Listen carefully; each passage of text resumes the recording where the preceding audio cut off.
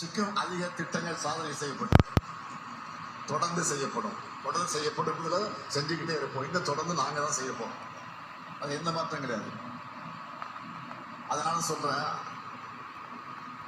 எந்த தைரியத்துல எதிர்கட்சி தலைவர் இந்த பகுதியிலிருந்து தன்னுடைய பிரச்சாரம் தொடங்கினாங்க எனக்கு புரியல. ஆனா நிச்சயமா சொல்றேன், அதிமுகவோட 2026 தேர்தல் தோல்வி இங்க இருந்துதான் தொடங்க போகுது. ஏற்கனவே 2024 தேர்தல், உள்ளாட்சி தேர்தல், இடைத்தேர்தல் இந்த மண்டலத்திலிருந்து தான் அவர் தோல்வியை பார்த்துட்டார். அதுதான் வர சட்டமன்ற தேர்தலையும் தொடரப்போகுது. முதலமைச்சர் ஸ்டாலின் அவர்கள் திருப்பூர் மாவட்டம் உடுமலைப்பேட்டையில பேசியிருக்கிறாரு. எடப்பாடி பழனிசாமி முதலா மேற்கு மாவட்டத்தை தேர்ந்தெடுத்து தேர்தல் சுற்றுப்பயணத்தை மேற்கொண்டிருக்கிறார் என்று ஒரு கருத்தை குறிப்பிட்டிருக்கின்றார்.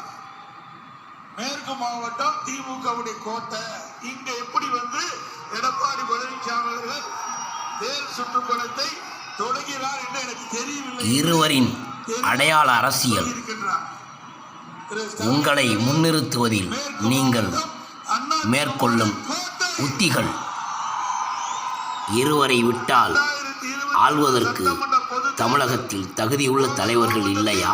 10 இடங்களிலும் இரண்டு நபர்களும் அடையாள அரசியலை முன்னிறுத்துவதன் மர்மம் என்ன? இருவரும் முதல்வர் ஆவதில்லை என்பதை மக்கள் தீர்மானிப்பார்கள்.